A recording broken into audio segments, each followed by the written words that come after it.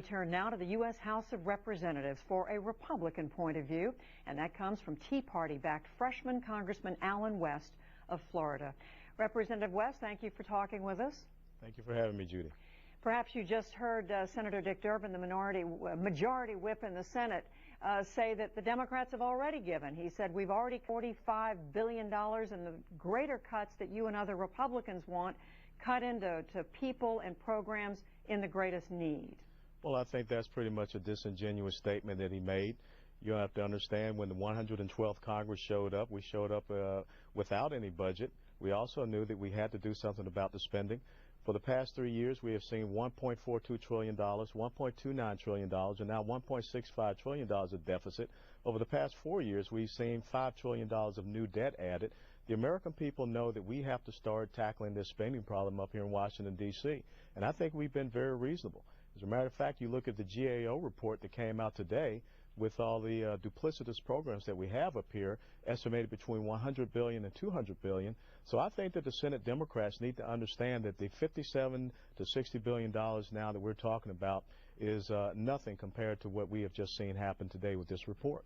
Well, Representative West, we also have not only the Democrats, but I guess dozens of economists came out with a statement today saying that these kind of deep cuts will do harm to the economy just at a time when it is struggling to break out of this recession, to get into a more robust recovery.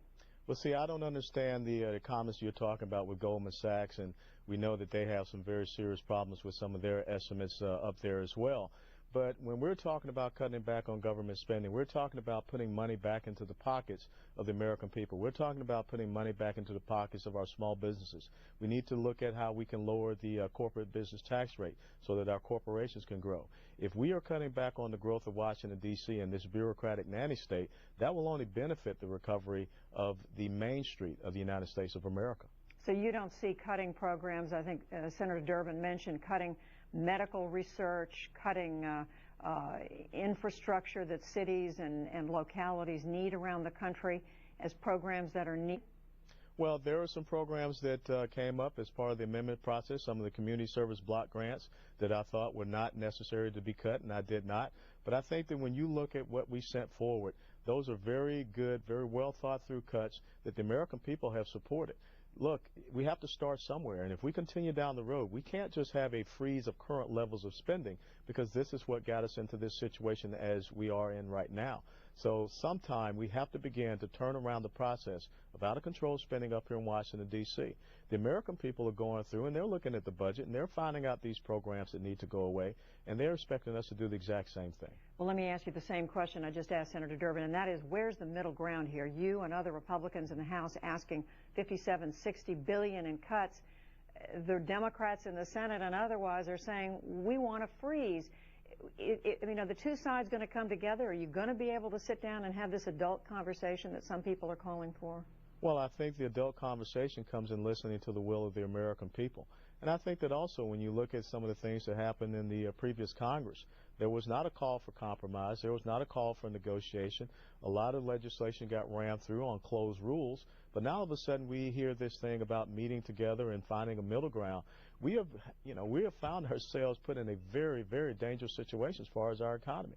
And if we're going to have any type of recovery going forward, we have to tackle this thing is called spending cuts. And the Democrats need to understand that their policies of out-of-control spending, the stimulus spending, which was about $1 trillion, that failed. And they're the reason why we have these out-of-control deficits, the debt, and this high unemployment. Most of the negotiating, we assume, is going to be going on between the Senate and the House by your House Republican leadership.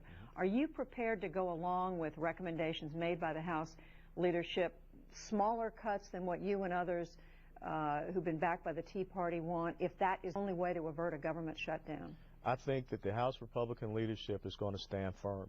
And the only ones that are talking about a government shutdown are the people on the other side. This is political gamesmanship trying to recreate the events of 1995. We came up with a solution today to make sure that we can continue to operate this federal government, keep it funded, but also tackle, once again, the problem of spending.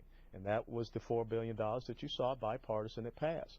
Now we need the Senate Democrats to step up to the plate, show leadership, and do exactly what the American people have willed in the House of Representatives. And we need the president to do the exact same thing and not play this game of Russian roulette with the American people and our economy. But just very quickly, as we know in any negotiation, both sides have to give. Is your side prepared to give? I think we have already given. I think the American people have given. And when you talk about the exorbitant spending and the debts and the deficit, the American people have given, and they're tired of it. It is time for us to step up as leaders and as adults, as you said, and tackle these hard problems and stop looking for the easy way out. Representative Allen West, we thank you very much for talking with us. Thanks for having me.